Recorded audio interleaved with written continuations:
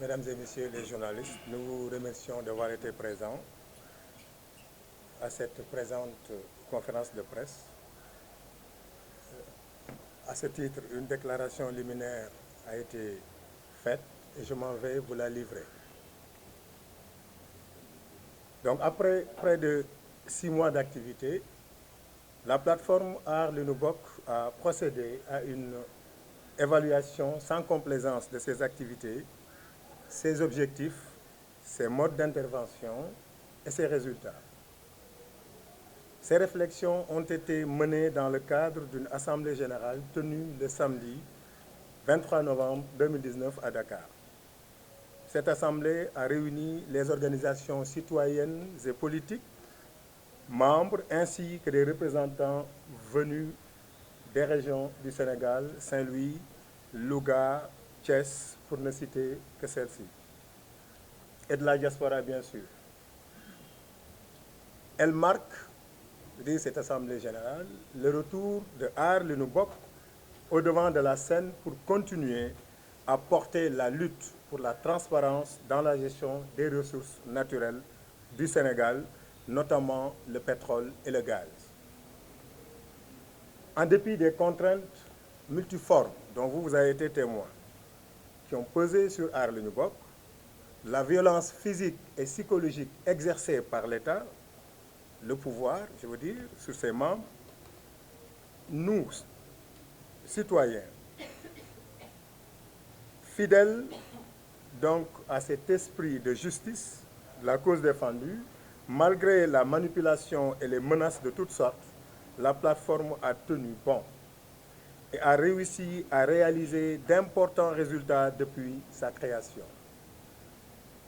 Elle a notamment réussi, entre autres, à attirer et maintenir l'attention des Sénégalais, des citoyens, et la communauté internationale sur les scandales et les actes de malgouvernance qui caractérisent la gestion des permis d'exploration et d'exploitation des ressources du Sénégal.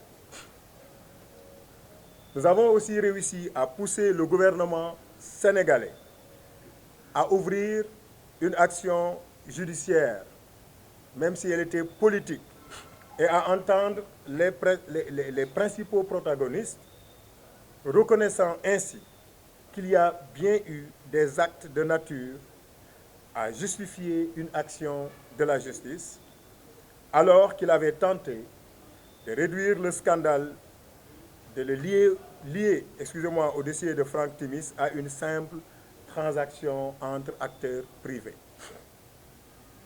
Nous avons aussi réussi à renforcer et à rendre visibles les actions judiciaires déclenchées à l'étranger, au niveau de la diaspora. Nous avons aussi réussi à mettre sous les projecteurs les pratiques iniques de certaines multinationales.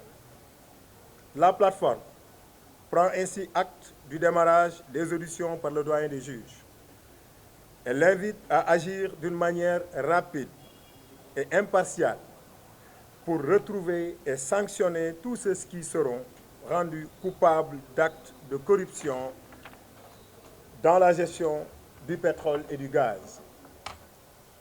Elle rejettera de façon catégorique toute décision judiciaire tendancieuse et inéquitable.